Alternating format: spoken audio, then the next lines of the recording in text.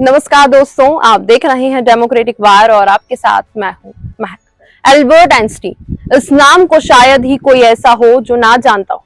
Albert Einstein दुनिया के सबसे बुद्धिमान व्यक्ति थे। इनका जन्म 14 मार्च 1879 को जर्मनी के अलम में हुआ था। एल्बर्ट आइंस्टीन को दुनिया का सबसे बड़ा जीनियस भी कहा जाता था और आज भी कहा जाता है। इनका दिमाग आम लोगों की तुलना में बेहद ही खास था। इनका दिमाग इतना तेज था कि ये हजारों वैज्ञानिकों का दिमाग अकेले ही लगा सकते थे। एल्बर्ट आइंस्टीन का जब जन्म हुआ था तब इनका दिमाग सामान्य बच्चों की तुलना में काफी बड़ा था। उस समय मेडिकल साइंस का इतना ज्ञान नहीं था, इसलिए आइंस्टीन के बड़े सिर होने की वजह का पता नहीं चल पाया था। लेकिन जैसे जैसे आइंस्टीन बड़े होते गए तो इनकी कुछ हरकतों की वजह से इन्हें असामान्य बच्चा समझा जाने लगा। साथ ही एल्बर्ट आइंस्टीन को स्कूल में टीचर बिल्कुल भी पसंद नहीं करते थे, क्योंकि ये गणित और विज्ञान के अलावा अन्य सभी विषयों में फेल हो जाते थे। साथ ही कभी कभी टीचर भी इनके सवालों से डर जाते थे, क्योंकि ये सवाल ही कुछ ऐसे पूछते थे जिनका जवाब टीचरों के पास भी नहीं होता था। एल्बर्ट आइंस्टीन का दिमाग अन्य लोगों की तुलना में बहुत तेज काम करता था, इसलिए जो चीज हम इंसान समझना तो बहुत दूर की बात है, सोच भी नहीं सकते थे, उन चीजों को एल्बर्ट आइंस्टीन ने सोचा भी, समझा भी और उसको पूरी दुनिया के लिए आसान भी बना दिया। एल्बर्ट आइंस्टीन जाने माने फिजिस्ट थे। इन्होंने थ्योरी ऑफ रिलेटिविटी E=mc² आकर पूरी दुनिया को बेहद हैरान कर दिया था। सब इस सोच में पड़ गए कि एक सामान्य व्यक्ति का दिमाग इतना तेज कैसे हो सकता है। इनकी सोचने और समझने की क्षमता को देखकर लोग ये समझते थे कि इनके पास कोई खास किस्म का दिमाग है जो हम जैसे आम इंसान के पास नहीं है। हालांकि ये बात एल्बर्ट आइंस्टीन को खुद भी पता थी कि उनका दिमाग बाकियों के मुकाबले बहुत तेज है। तभी आइंस्टीन ये नहीं चाहते थे कि उनकी मौत के बाद उनकी बॉडी के किसी भी हिस्से पर रिसर्च की जाए। साथ ही आइंस्टीन ने मरने से पहले ये साफ कहा था कि मरने के बाद उनकी बॉडी को जलाकर राख कर दिया जाए। लेकिन आइंस्टीन के दिमाग के बारे में जानने का सबको बेसब्री से इंतजार था।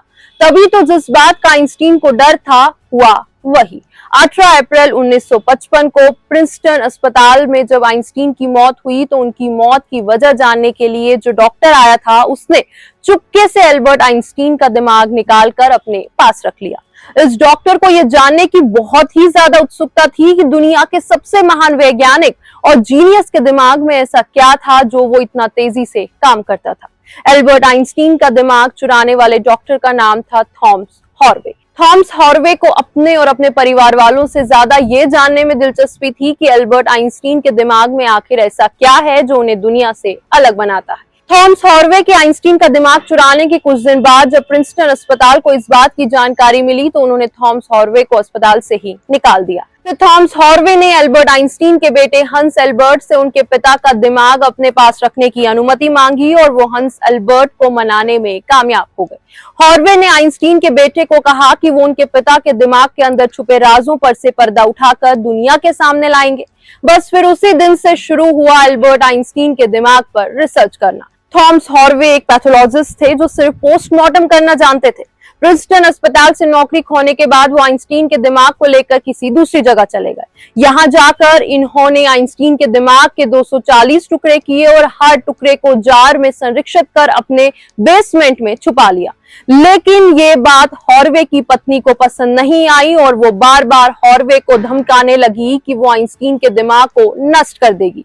एक दिन दोनों के बीच झगड़ा इतना ज्यादा बढ़ गया कि दोनों ने एक दूसरे को तलाक दिया और अलग रहने का फैसला कर लिया, जिसके बाद हॉर्वे आइंस्टीन के दिमाग को लेकर विचिटा लेकर चले गए। यहाँ जाकर वो एक बायो लेबोरेटरी में एक मेडिकल सुपरवाइजर की नौकरी करने लग गए और साथ ही अपने फ्री समय में वो आइंस्टीन के दिमाग पर भी रिसर्च किया करते थे। इसके बाद भी वो कई बार अलग अलग शहरों में नौकरी करने लगे। जहां भी हॉर्वे जाते थे वहां वो आइंस्टीन के दिमाग को साथ लेकर जाते थे। लेकिन कई साल बीत जाने के बाद भी हॉर्वे आइंस्टाइन के दिमाग पर कुछ खास रिसर्च नहीं कर पाए थे।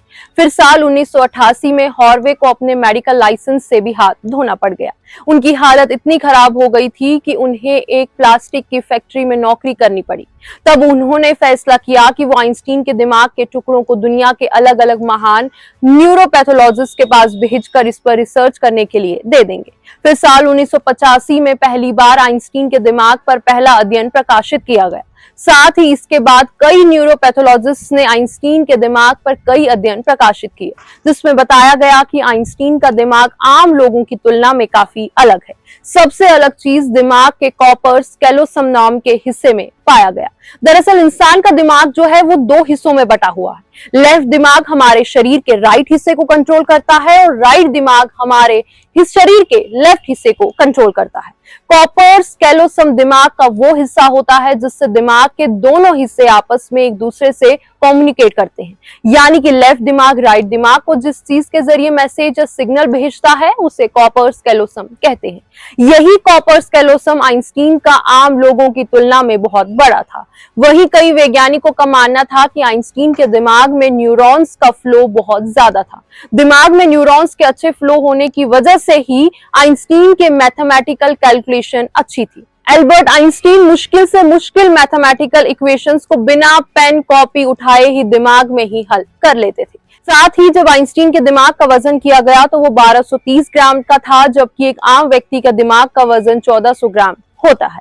वहीं एल्बर्ट आइंस्टीन जब पैदा हुए थे तो वो तकरीबन 5 साल तक कुछ बोलते ही नहीं थे, जबकि आम बच्चा 3 साल का होने के बाद बोलना शुरू कर देता है।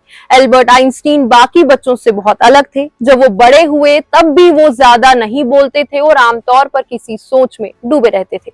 वो हमेशा अपने दिमाग में कुछ सोच रहे होते थे। इनमें एक और खास बात थी, वो ये कि ये हमेशा चीजों को लॉजिक के साथ याद रखते थे। इन्हें रट्टा लगाकर कोई चीज याद रखने की आदत नहीं थी। वो एक ही दिन में पूरी किताब अपने दिमाग में उतार लेते थे।